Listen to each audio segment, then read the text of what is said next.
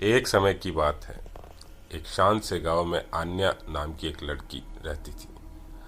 आन्या को गुड़ियों का बहुत शौक था और उसके कमरे में गुड़ियों की एक पूरी शेल्फ थी। लेकिन एक दिन उसे अपनी दादी के अटारी में एक पुरानी धूल से भरी गुड़िया मिली। उस गुड़िया की बड़ी नीली आंखें थीं, घुंघराले बाल और लाल रंग की पोशाक। उसकी मुस्कान अंधेरे में चमकती हुई दिख रही थी और आन्या को यह गुड़िया बहुत पसंद आ रही थी। दादी, क्या मैं इस गुड़िया को अपने पास रख सकती हूँ? आन्या ने पूछा। दादी ने मुस्कुराते हुए कहा, हाँ रख लो, पर ध्यान रखना ये गुड़िया बहुत पुरानी है। आन्या ने गुड़िया को अपने कमरे में रख लिया।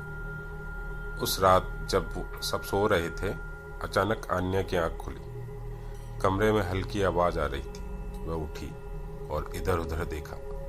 आवाज गुड़िया के शेफ से आ रही थी। जैसे ही आन्या पास गई, उसे महसूस हुआ कि वह पुरानी गुड़िया धीरे धीरे हिल रही है।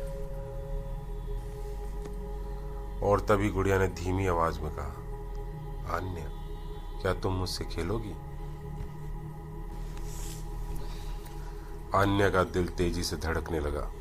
उसने कभी सोचा नहीं था कि उसकी गुड़िया उससे बात करेगी। घबरा कर उसने गुड़िया को उठाया और फिर से सेफ में रख दिया। लेकिन अगली रात फिर वही आवाज आई। इस बार गुड़िया जोर से बोली, आन्या, मुझे यहां अच्छा नहीं लग रहा, मुझे किसी और जगह ले चलो। आन्या डर गई, लेकिन उसने हिम्मत जुटाई। उसने सोचा, शायद ये मेरा वहम है। लेकिन जब लगातार 3 रातें गुड़िया उससे बात करती रही, तो आन्या ने समझ लिया कि ये कोई साधारण गुड़िया नहीं है।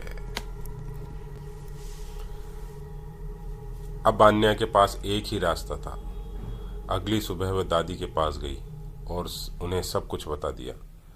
दादी ने गंभीर होकर कहा, यह गुड़िया तुम्हारे परदादी की थी। उन्होंने इसे जादुई माना था और शायद इसीलिए अब भी जिंदा है। हमें इसे वापस अटारी में रखना होगा। आन्या ने गुड़िया को वापस अटारी में रख दिया और जैसे ही उसने गुड़िया को वहां छोड़ा, गुड़िया की आवाज बंद हो गई। आन्या को राहत मिली और फिर वह कभी उस गुड़िया को छूने की हिम्मत नहीं की। सीख: हर पुरानी चीज को तुरंत अपना लेना सही नहीं होता। कुछ चीजें रहस्यमयी होती है जिनका हमें सम्मान करना चाहिए।